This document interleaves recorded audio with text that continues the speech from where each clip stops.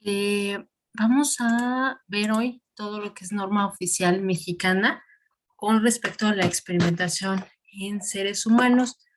A lo mejor no alcance porque en la norma oficial viene un apartado que, si no mal no recuerdo, son los artículos 9 y siguientes, de los comités de ética en investigación. Como es bastante de la norma, tal vez no alcance a verlos hoy, pero sin falta los vemos el miércoles. Y a lo que voy es que por eso no voy a incluir en esta sesión las disposiciones de la norma oficial mexicana respecto a los comités de ética, porque decidí hacer una presentación aparte de estos y también de los principios de bioética, que pues son los que en reiterativas ocasiones vamos a ver que la norma oficial mexicana dice que tanto la institución como los comités, como el investigador principal deben ajustar todas sus actuaciones a estos principios de ética médica. Entonces también lo vamos a ver por acá. Nada más que les digo, a lo mejor no alcance hoy, sino la siguiente sesión, porque también les iba a anunciar. Hoy, perdónenme, solamente les voy a dar clases hasta las 7:10. Me tengo que retirar antes porque tengo una evaluación de un curso que estoy tomando y nos van a dar calificaciones a esa hora. Entonces, perdón por no darles más tiempo, pero es que tengo que recibir mi calificación personalmente, si no de verdad lo dejaba así. Entonces, vamos con nuestra presentación. Ay, alguien entró, pero... Ah, ok, ok. Entonces, hoy, como les comentaba, vamos a analizar lo que es norma oficial mexicana 012 de la Secretaría de Salud del 2012, que establece los criterios para la ejecución de proyectos de investigación para la salud en seres humanos.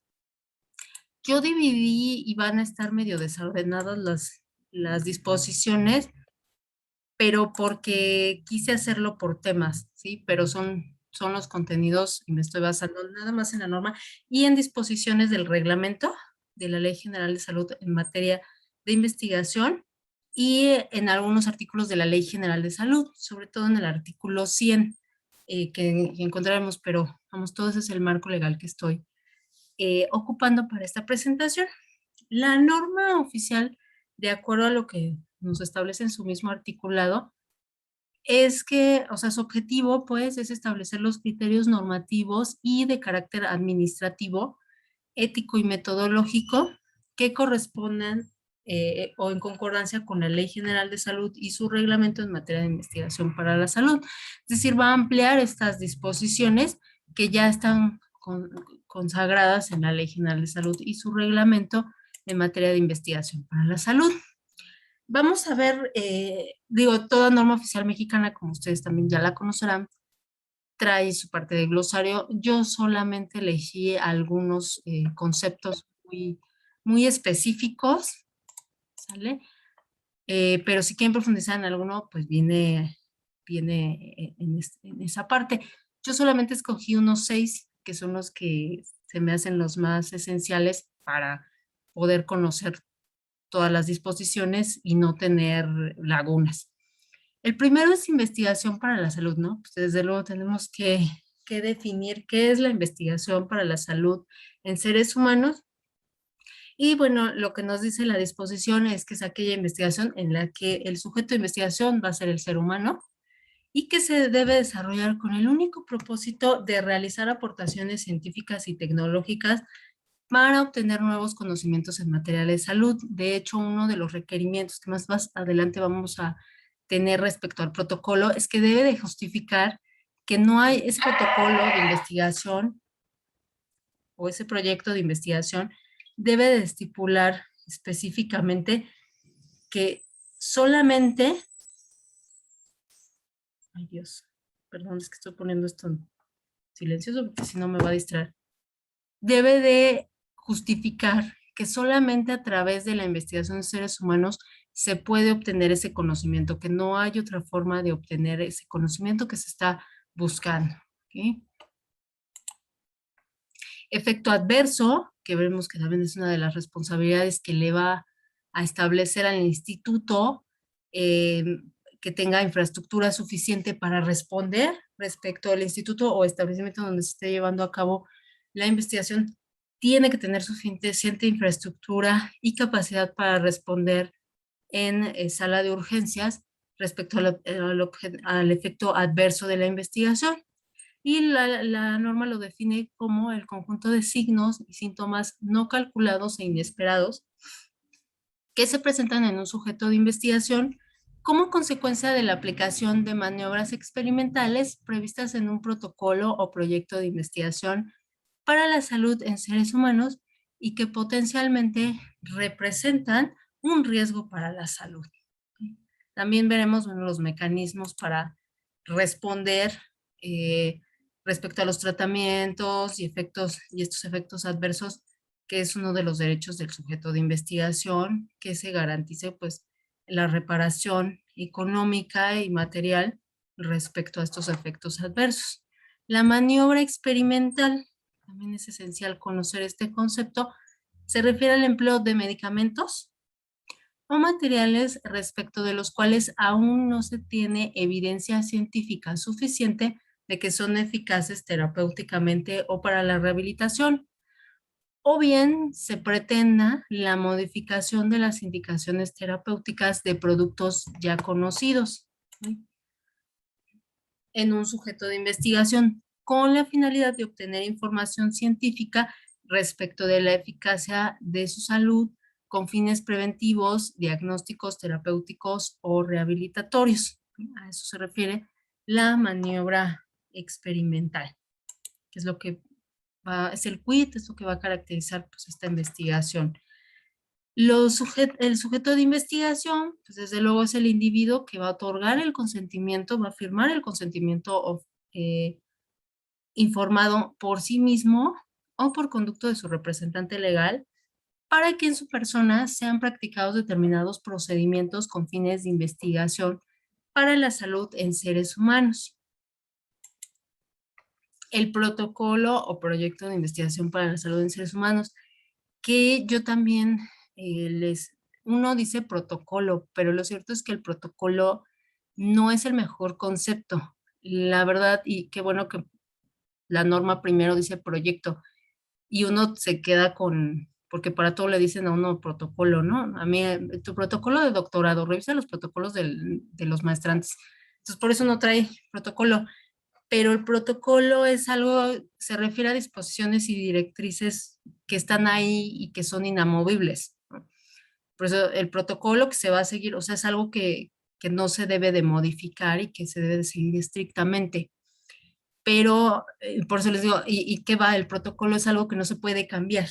Y el proyecto de investigación, vamos a ver que al contrario, el proyecto de investigación se refiere a algo más flexible, porque la investigación y los que hemos hecho investigación, que yo creo que acá todos, nos daremos cuenta, aunque sea en el rubro que sea, aunque sea antropología social, lo que sea, siempre se modifica con respecto a lo que uno pensaba. En algunos aspectos se va modificando porque pues, al medida que investigamos descubrimos otras cosas y ya nos hace cambiar, ¿no?, de orientación, lo que sea.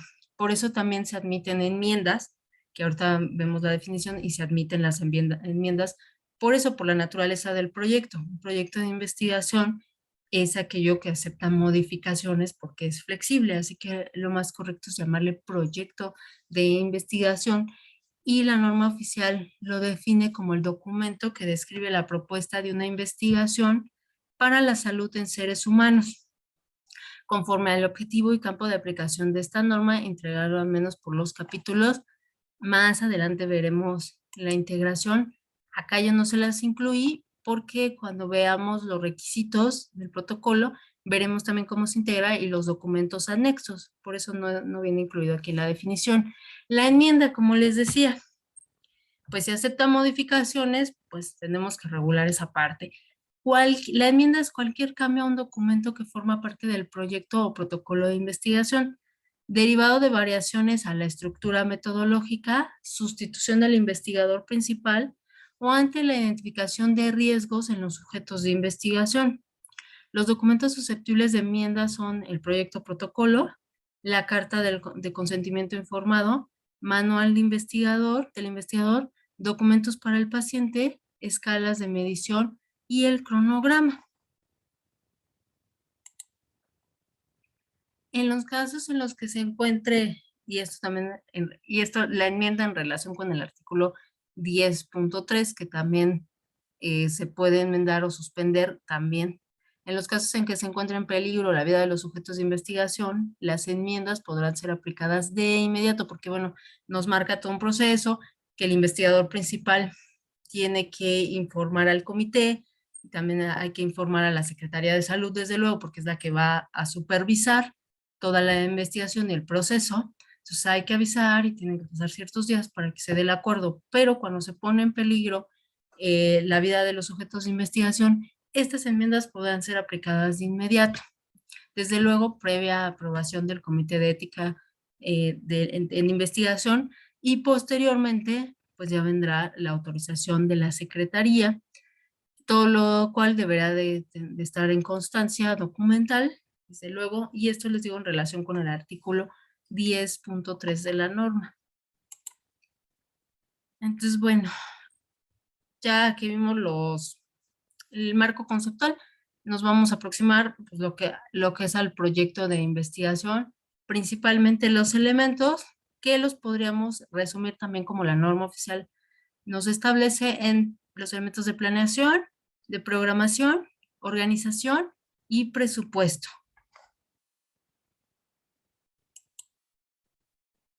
Lista.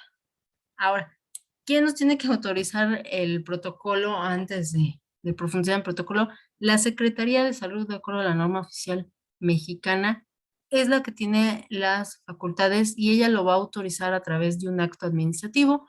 Un acto administrativo, bueno, es lo que por lo regular todas las actuaciones de la administración pública son actos administrativos, es decir, es una externación de la voluntad por parte de la autoridad que siempre debe de ir fundada y motivada y que va a afectar o va a incidir en la esfera jurídica de los gobernados. Ese es un acto administrativo y en este caso la autorización a ese proyecto de investigación se da a través de este acto administrativo que va a permitir esta externación de voluntad de la autoridad, va a permitir, va a autorizar la realización de actividades de investigación para el empleo de medicamentos o materiales. Esto de acuerdo al artículo 4.2 de la norma. Y la Secretaría también va a tener la facultad de dar seguimiento, solicitar ampliación de los informes. Vamos a ver que hay que dar un informe previo, un informe final y el informe anual que le corresponde al Comité de Ética. Pero pues la Secretaría tiene la facultad de darle este seguimiento, tiene la facultad también de que si no le cuadra algo o si quiere alguna ampliación de determinada información, puede pedir que estos informes sean ampliados y también puede suspender, que es otra de sus facultades que veremos, puede suspender si es que no cuadra, si resulta que no se está aplicando rigurosamente lo que se estableció en el proyecto de investigación, la Secretaría puede suspender la investigación. ¿Por qué? Porque no le está cuadrando los resultados, lo que se está haciendo con lo que se estableció en el proyecto de investigación, es decir, que no lo están efectuando a la letra como se estableció y lo puede también suspender. ¿Okay? La Secretaría debe de verificar para esta autorización los criterios de respeto a la dignidad y la protección de los derechos del sujeto de investigación. Con mención especial, pues, los derechos a la salud y a la integridad física. Esto también de conformidad con el artículo 5.3. Y el 5.5, que si lo cito, toda investigación debe garantizar que no expone al sujeto de investigación a riesgos innecesarios y que los beneficios esperados son mayores que los riesgos predecibles inherentes a la maniobra experimental. Entonces, esto es muy importante, lo que debe de garantizar, que no son riesgos innecesarios, que los beneficios esperados son mayores que los riesgos predecibles y esto de acuerdo o en coherencia o inherente a la maniobra experimental, que bueno, es lo que estábamos viendo hace rato. En el caso de investigaciones en menores de edad o incapacitados, personal con discapacidad, se considerará lo señalado, es decir, el grado de beneficio que tiene, que esto viene establecido en los artículos 38 y 39 del reglamento de la Ley General de Salud en materia de investigación en salud. Lo mismo va a aplicar para mujeres embarazadas. Hay que tomar lo pertinente o con referencia al artículo 44 del ordenamiento, que los vamos a ver más adelantito. Otros elementos a tomar en cuenta son, a ver, ¿por qué no está aquí? No, sí, es que esta me quedó, no sé por qué se movió, pero mejor para tener la secuencia, porque si no, acá está lo que nos dice el reglamento. Las investigaciones clasificadas como riesgo y con probabilidad de beneficio directo para el menor o el incapaz serán admisibles cuando el riesgo se justifique por la importancia del beneficio que recibirá el menor o el incapaz y el beneficio sea igual o mayor a otras alternativas ya establecidas para su diagnóstico o tratamiento. Continúa el 39. Las investigaciones clasificadas como de riesgo y sin beneficio directo al menor o al incapaz serán admisibles de acuerdo a las siguientes consideraciones. 1. Cuando el riesgo sea mínimo. A.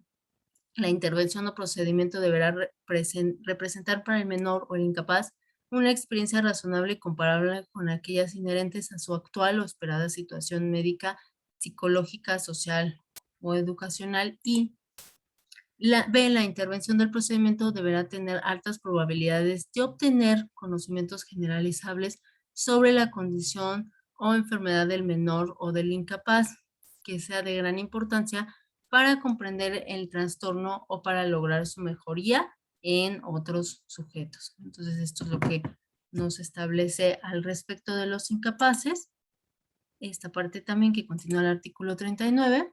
Cuando el riesgo sea mayor al mínimo, la investigación deberá ofrecer grandes probabilidades de entender, prevenir o aliviar el problema grave que afecte la salud y el bienestar de la niñez o los incapaces. Y B, el titular de la institución de atención a la salud establecerá una supervisión estricta para determinar si aumenta la magnitud de los riesgos previstos o surgen otros y suspenderá la investigación en el momento en que el riesgo pudiera afectar el bienestar biológico, psicológico o social del menor o del incapaz. Como ven, cómo cuida estos derechos a la salud y los derechos de integridad física y psíquica de los incapaces. Esto también por lo que veíamos en la Convención de Oviedo del principio de respeto por las personas. Entonces, ese es un ejemplo de ese principio ya en nuestra regulación nacional. Otros elementos que debe de tomar en cuenta la Secretaría para la autorización de ese proyecto es que debe estar, que conforme al objetivo y campo de aplicación de la norma, el proyecto o protocolo de investigación debe describir con amplitud, o sea, pormenorizadamente, los elementos y condiciones que permitan a la Secretaría evaluar la garantía de seguridad de los sujetos de investigación y, en su caso, podrá observar las buenas prácticas de investigación clínica, la Lex Artis, que también la define en su glosario la norma oficial. Toda investigación, de acuerdo al artículo 5.7, debe garantizar de manera clara, objetiva y explícita la gratuidad de la obra experimental, de la maniobra experimental para el sujeto de experimentación, lo cual deberá de ser considerado en el presupuesto de la investigación de conformidad con el numeral 10.6 de esta norma. También es lo que tiene que tomar en cuenta para la autorización, más la verificación de los elementos del proyecto de investigación. Esto también es muy importante en el 5.10, la justificación de los proyectos o protocolos de investigación que se presenten en la solicitud de autorización de una investigación para la salud en seres humanos debe incluir la información y elementos técnicos suficientes para suponer que los conocimientos que se pretenden adquirir no es posible obtenerlos por otro medio, que era lo que hace rato también me refería. Entonces, hay que garantizar o tiene que haber información suficiente en el protocolo, en la justificación, que de otra forma no se puede adquirir, no hay otro medio de adquirir estos conocimientos si no es a través de la experimentación en seres humanos. Los elementos del protocolo, y aquí sí realmente copié y pegué, pero pues para tenerlos bien en concreto. El 6.6, bueno, el 6.1 nos dice cuáles son estos elementos, que eran estos que les enunciaba acá también. Estos de planeación, o sea, que son las partes básicas pues del protocolo, la planeación, la programación, organización y presupuesto. Esos vienen en el 4.1 y, perdón, en el 6.1, y ya el 6.2 dice, anexo al formato de solicitud de autorización, el proyecto protocolo de investigación deberá contener como mínimo los siguientes elementos. Título del proyecto protocolo de investigación, marco teórico, definición del problema, antecedentes, justificación, hipótesis, si es el caso, objetivo general, en su caso, los objetivos específicos, material y métodos a emplear, diseño, que incluye los criterios de inclusión y exclusión, captura, procesamiento, análisis e interpretación de la información, referencias bibliográficas, nombres y firmas del investigador principal e investigadores asociados, señalar un máximo de 5, que son los que pueden estar pues en el equipo de investigación, en orden de su participación en la investigación. El otro artículo nos dice que otros documentos que pueden ser relacionados con el proyecto de investigación son los siguientes.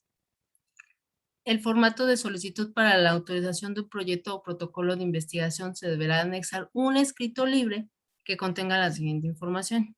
Datos de identificación que integre el título del proyecto o protocolo de investigación, nombre del investigador e institución o establecimiento donde se desarrollará la investigación. La investigación siempre tiene que desenvolverse, llevarse a cabo, ejecutarse en una institución o establecimiento.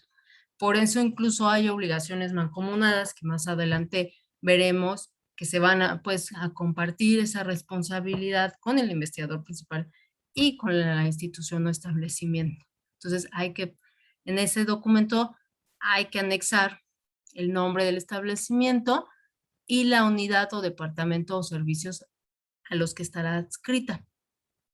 El listado de documentos entre los que se entregarán como mínimo los siguientes. Descripción del nivel de riesgo del estudio, de conformidad con el artículo 17 del reglamento. Duración prevista, señalando mes y año, de las fechas estimadas de inicio al término, así como el periodo calculado para el desarrollo de la investigación en relación con lo que nos establece el 5.8. En todo proyecto o protocolo de investigación se deberá estimar su duración, por lo que es necesario que se anoten fechas tentativas de inicio y término, así como el periodo calculado para su desarrollo. En lo que veíamos, bueno, el cronograma que tiene que tener.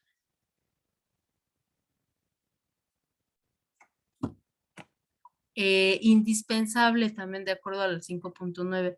Las condiciones descritas en el proyecto protocolo de investigación, incluyendo las fechas estimadas de inicio y término, así como el número necesario de sujetos de investigación, serán considerados requisitos indispensables para la autorización de una investigación en materia de salud, ¿no? Entonces, es importante que esta duración y el número de sujetos no se pierdan de vista, tienen que estar presentes en estos anexos en lo que vamos a incluir del protocolo de investigación, porque como dice la misma ley, aquí nos está diciendo es indispensable, o sea, si no lo tiene, no se puede aprobar. Otros de los elementos hay que determinar o establecer el tipo de investigación de que se trate, el apoyo externo, el nombre de la institución o establecimiento y tipo de apoyo, los recursos humanos, materiales, financieros, hay que establecer el financiamiento, asesoría, información y otros. Copia simple del formato de inscripción de los comités de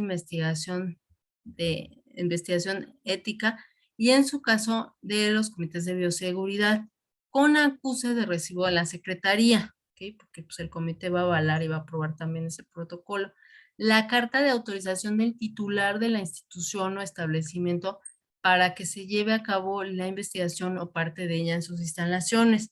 Por eso también veremos que con esto de la carta, pues también lo liga y en la norma oficial establece obligaciones que va a tener este titular, facultades y obligaciones. En su caso, puede incluirse la carta de aceptación expresa del cargo del patrocinador de la investigación, en la que se requiere estén señaladas y aceptadas las obligaciones y derechos que el proyecto protocolo de investigación impone al patrocinador. Como les digo, más adelante veremos las obligaciones mancomunadas, en las que bueno, se comparte esta posibilidad de responder ante un eventual daño. En el caso de personas morales, el cargo deberá ser aceptado por la persona que está facultada para ello, es decir, su representante legal, el que tenga o el administrador general, de acuerdo a las facultades que estén establecidas en el acta constitutiva. Y esto, bueno, de acuerdo con su régimen constitutivo. También puede incluir el dictamen favorable de los comités de investigación y ética en la investigación de la institución o establecimiento en que se llevará a cabo la investigación. En caso de que se incluya el uso de radiaciones ionizantes o de técnicas de ingeniería genética, será necesario además el dictamen favorable del Comité de Bioseguridad. También veremos un poquito de los comités de bioseguridad.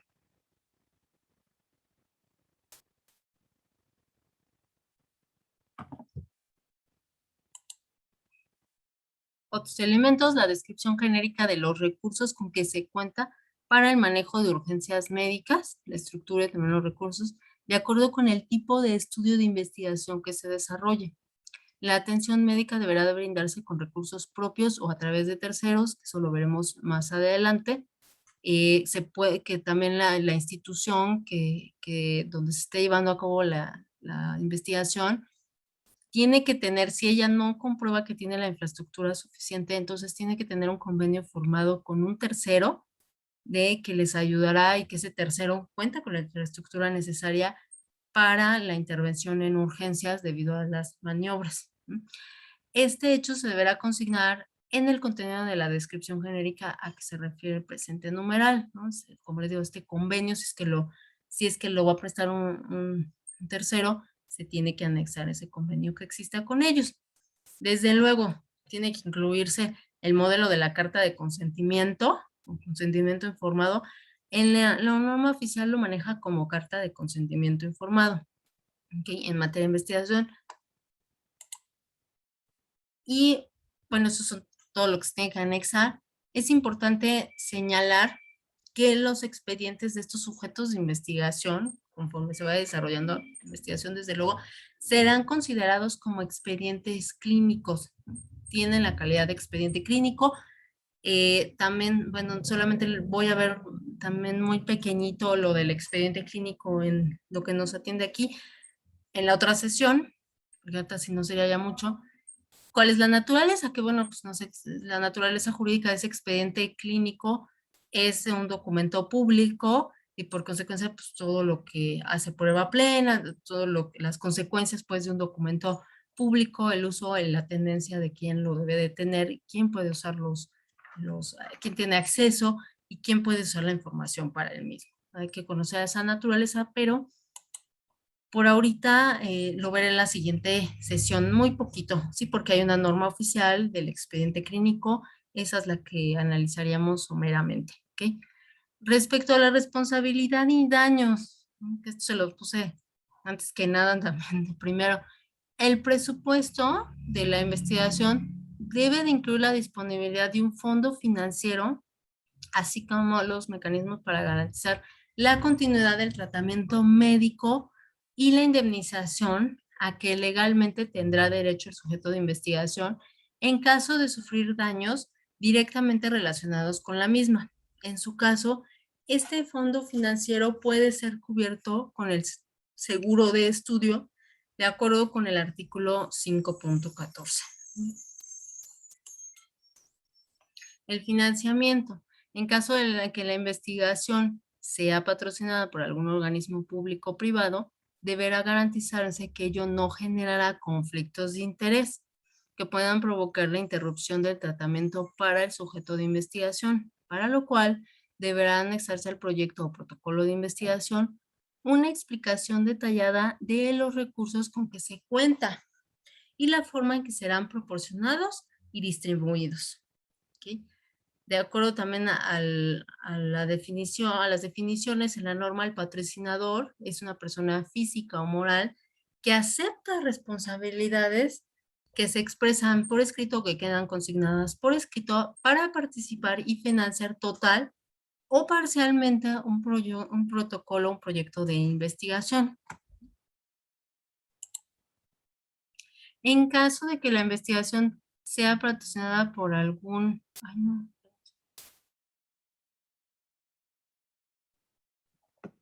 A ver, espérenme, porque creo que les repetí el artículo. Sí, les repetí. Sí, no. Más adelante voy a ver las responsabilidades por esto, por la mancomunidad que hay, porque la norma establece mancomunidades también para el patrocinador respecto a algún daño que exista. Entonces, ahorita lo vamos a ver más a fondo. Los informes, como les decía, la norma oficial nos marca pues, y todos estos pasos y como nos está estableciendo que la Secretaría de Salud va a autorizar y que en todo momento ella puede darle seguimiento a este proyecto de investigación, pues se tienen también que redactar estos informes. Que bueno, existen informe parcial, final y el anual que está a cargo del Comité de Ética. De igual manera, en el apartado del glosario estoy sacando la definición de lo que es el informe técnico parcial y el informe técnico final. El parcial es un documento que debe de presentarse por el investigador principal y lo debe de presentar a la Secretaría de Salud en cualquier tiempo, al menos una vez al año, para comunicar los avances y resultados parciales de la investigación, conforme al objetivo y campo de aplicación de la norma. El informe técnico final, al documento que presenta el investigador principal a la Secretaría de Salud para comunicar los resultados, o sea, igual, y estas son obligaciones de que veremos más detalladamente, pero también es una obligación del investigador principal. Entonces, tiene que comunicar los resultados finales del proyecto de investigación conforme al objetivo y en la aplicación de la norma, así como también debe de comunicar los hallazgos principales obtenidos al inicio y durante la ejecución final del proyecto de investigación. Bueno, los ensayos, informes, labores de seguimiento que también se incluyen los informes en este apartado. La elaboración entrega a la Secretaría de un informe técnico descriptivo de carácter parcial respecto del avance de la investigación de que se trate y al término de esta, uno de carácter final que describa los resultados obtenidos. Entonces ahí nos está diciendo qué informes se le tienen que dar a la Secretaría, ¿no? Que son estos que estábamos viendo, el informe parcial y el informe final.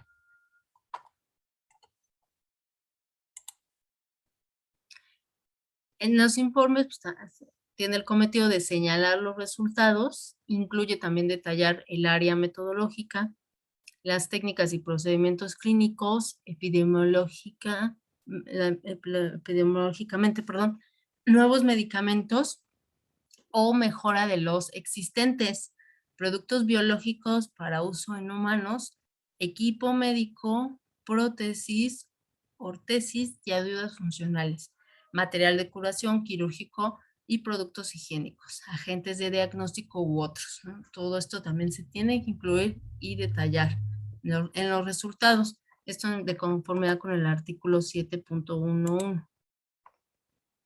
El investigador principal deberá entregar a la Secretaría el informe técnico descriptivo, ya sea parcial o final, lo que corresponda, de los avances de investigación y tendrá la responsabilidad de entregar una copia de cada uno de estos informes a los titulares de los comités de investigación ética, ¿okay? Y en su caso, al comité de bioseguridad de la institución o establecimiento donde se realiza la investigación. Oigan, una pregunta, ¿me están escuchando bien? Porque aquí dice que mi conexión es inestable. ¿Me están escuchando bien? Un poco cortada, Un poco maestra. cortado. Ay, gracias. ¿Me dan un momento para conectarme directo? Que no estemos así, por favor. Denme un momentito.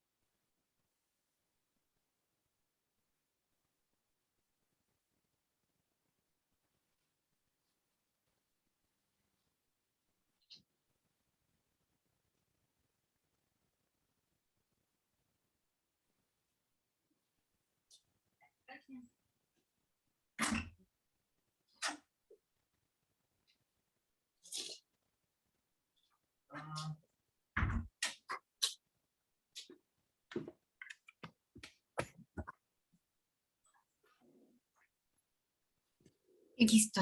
Espero que ya se escuche mejor si ya estamos en directo. Bueno, bueno, conecta a la computadora directo. Sí. ¿Qué iba? Ah, sí, esto que también les decía al principio, la Secretaría tiene en todo momento la facultad de solicitar la información adicional o un replanteamiento de la investigación. Cuando considere que la información proporcionada es insuficiente, no es clara o no cumple con los requisitos que establece la Ley General de Salud, el reglamento y la norma oficial y otros ordenamientos relacionados.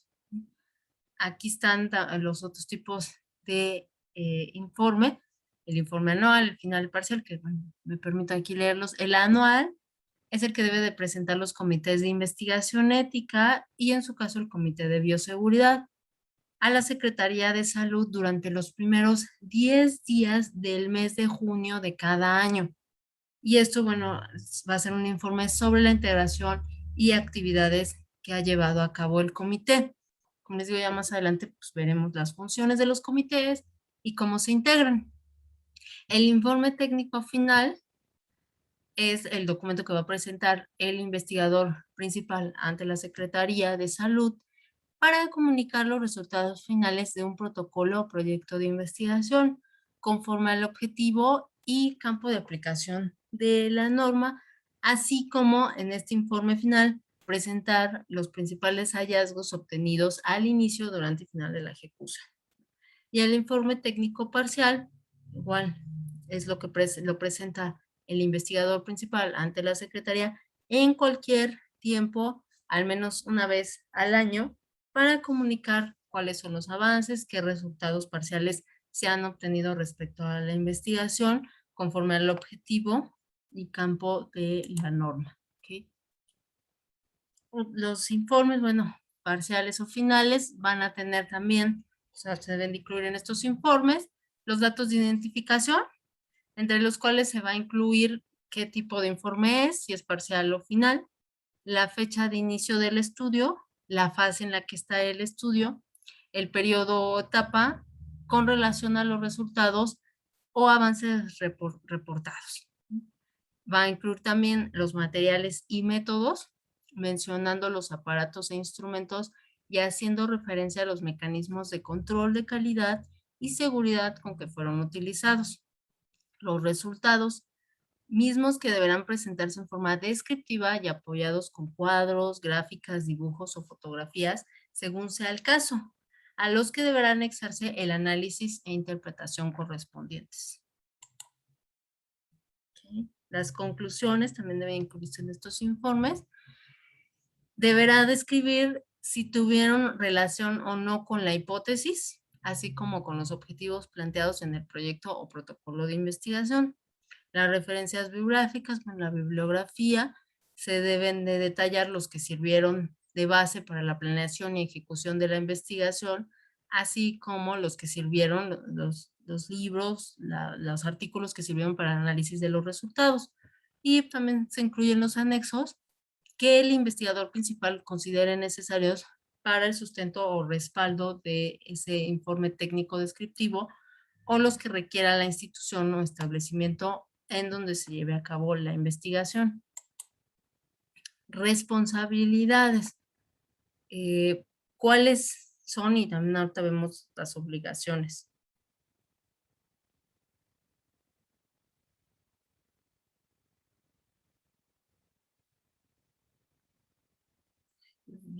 Perdón. Qué bueno que ustedes son alumnos funcionales. Deberían de ver a mis alumnos de otras instituciones. Agradezco tanto tenerlos. De verdad, ustedes son tan funcionales. Los felicito. Porque en serio, yo no había visto que se hicieran bolas con algo tan sencillo. Pero bueno, vamos a ver las responsabilidades. ¿Quiénes son sujetos responsables en la aplicación de estos protocolos, en el desenvolvimiento de las investigaciones? Son la institución o establecimiento donde se lleve a cabo, los comités de ética y de bioseguridad, desde luego el investigador principal y en su caso el patrocinador. ¿Respecto a qué son responsables ellos? Respecto al seguimiento de la investigación, tienen que estar al pendiente. Respecto a los daños de salud derivados por el desarrollo de la investigación, así como aquellos daños derivados por la interrupción o suspensión anticipada del tratamiento por causas no atribuibles al sujeto de investigación. También son responsables del cumplimiento puntual de los términos en los que la autorización de una investigación para la salud en seres humanos haya sido emitida. Por eso vemos que los tiempos, el cronograma y esto, bueno, ellos también tienen que cerciorarse de esta puntualidad de entrega. Son también responsables por la oportunidad de la información que deba de ser presentada a la Secretaría, porque como veremos también los comités de ética o si se llega en estas revisiones el titular de la institución o del establecimiento también pueden denunciar que sea interrumpido el proyecto de investigación, la investigación, y debe de justificar por lo mismo, pero tiene que dar una información y también hay un momento de dar esta información y detalles, y si no lo hace, pues incurrirá en responsabilidad. ¿Okay? Otras responsabilidades: si en los informes se comprueba que no se llevaron a cabo los procedimientos de acuerdo con el protocolo de investigación, la autoridad sanitaria puede iniciar un procedimiento administrativo contra el investigador y en su caso revocar la autorización y suspender la investigación. ¿Okay? Queda a salvo, y esto, o sea, lo que nos marca el artículo es que esto va a ser independiente, esto, iniciar pues el procedimiento administrativo para fincar estas responsabilidades y las sanciones que van a venir en Ley General de Salud, que veremos la última, la siguiente sesión. Esas más la suspensión y revocación de la suspensión de la investigación y la revocación de la autorización son independientes de acuerdo a lo que nos dice el 7.4.4 de la acción penal, ¿no? Es decir, que esto que veíamos del tipo penal y puede ser algún otro tipo penal que se configure, yo no soy penalista, pero por lo menos esto de los delitos de investigación biomédica ilícita, o sea, eso queda subsanado, o sea, eso queda por aparte y también puede subsistir, pues, a pesar de haberse aplicado estos procedimientos administrativos, que son de corte administrativo, puede también aplicarse la sanción penal o la acción penal. ¿Okay? Responsabilidad mancomunada. ¿A qué se refiere? También digo, por si no, yo sé que no todos acá son abogados, la responsabilidad, bueno, la responsabilidad surge siempre del incumplimiento de una obligación. ¿Okay? Hay responsabilidad contractual, que es la que tenemos cuando no cumplimos con alguno de los términos del contrato, y hay una responsabilidad extracontractual que se divide en subjetiva y objetiva. La subjetiva es por haber actuado de forma ilícita, no se configura un delito, pero sí hubo una negligencia, hubo una falta de atención y por esa actuación se produjo un daño.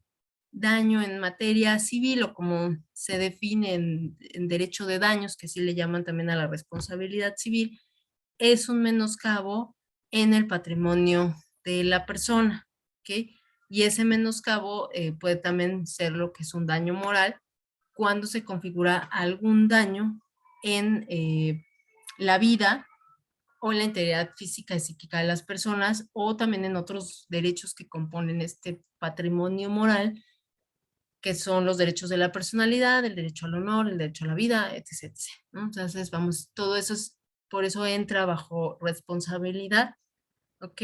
Ya se definirá si es una responsabilidad subjetiva porque sí hubo una omisión o algo, o si por el uso de algún instrumento o maquinaria se causó ese daño, esa es una responsabilidad objetiva. Entonces, bueno, eso es básicamente todo el cuadro de responsabilidades. La responsabilidad, como su nombre suena, pues es responder por aquella actuación ilícita que ha desencadenado un daño en otra persona, ¿ok?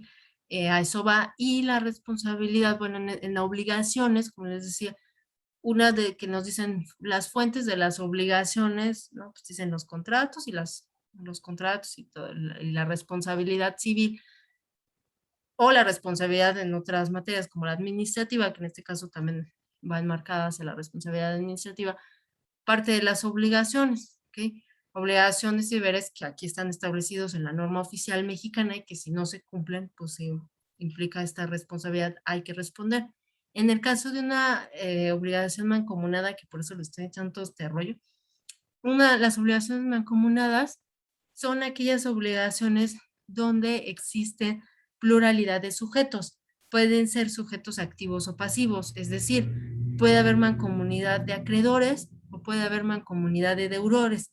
Aquí la norma oficial mexicana se está refiriendo a los dos tipos, es decir, los sujetos de investigación, que puede ser una pluralidad, pueden ser varios sujetos, tienen la acción para, o sea, todos, para que les respondan los sujetos obligados, que en este caso estábamos viendo quiénes son: el titular de la institución, o establecimiento donde se lleve a cabo, los comités de investigación, los comités de bioseguridad o el investigador principal. Entonces ellos tienen esta acción y estos que les menciono que tienen esta responsabilidad son entonces obligados mancomunadamente a responder. Esto quiere decir, la mancomunidad quiere decir que se va a dividir, no sé si el monto se estipula y el daño es, no sé, de 1 millón de pesos, y es la reparación. Digo, estoy así suponiendo. La mancomunidad se va a referir a que esos 4 millones se van a dividir entre los cuatro y los cuatro van a tener que pagar proporcionalmente su parte de la responsabilidad.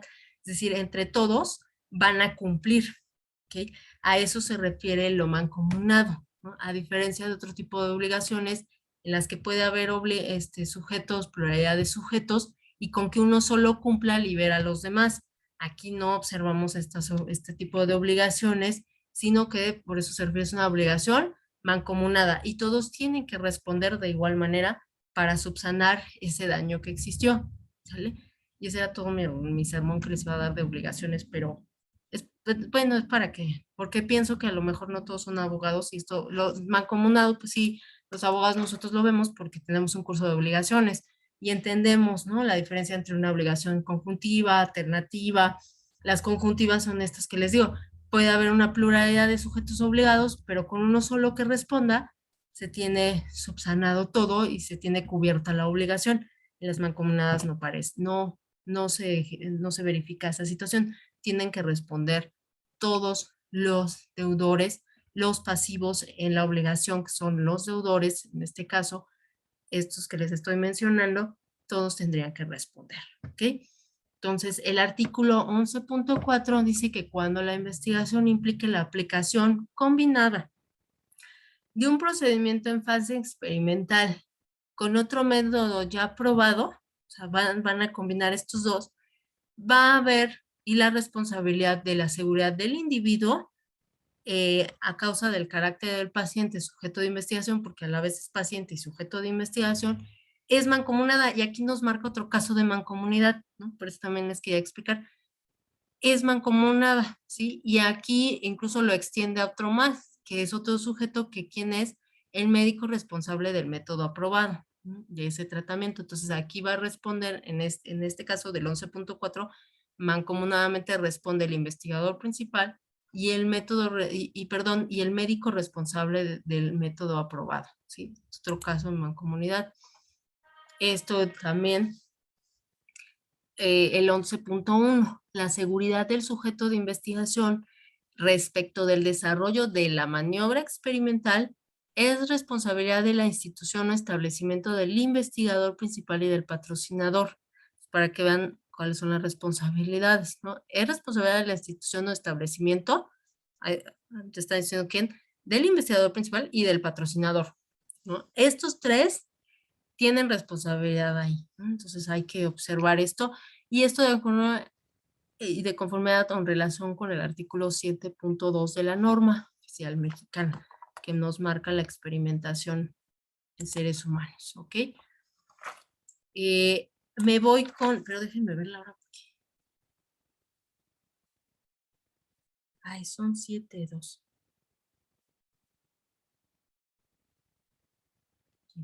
No, ¿saben qué? Si no me voy a cortar porque, déjenme ver, pero sí me falta, ¿no? Sí, me falta un poquito menos de la mitad. Lo voy a dejar hasta acá. Bueno, perdón, ¿tienen alguna duda? ¿Hay alguna duda o comentario? No, maestra, creo que No, no. maestra, estamos llevando seguimiento y está muy claro. Ok, sí, es que créanme que me costó, pues dije, le voy a dar forma a esto para que quede bastante claro. Bueno, me da gusto. Entonces, si no hay otra cuestión, la siguiente clase veo obligaciones y facultades del investigador principal y veo comités de ética y un poquito esto que les decía de la naturaleza jurídica del expediente clínico. Y espero yo que me dé tiempo, vemos los principales, los principios de bioética médica, ¿sí? Entonces lo dejo hasta acá, denme un momento para pasarles lista.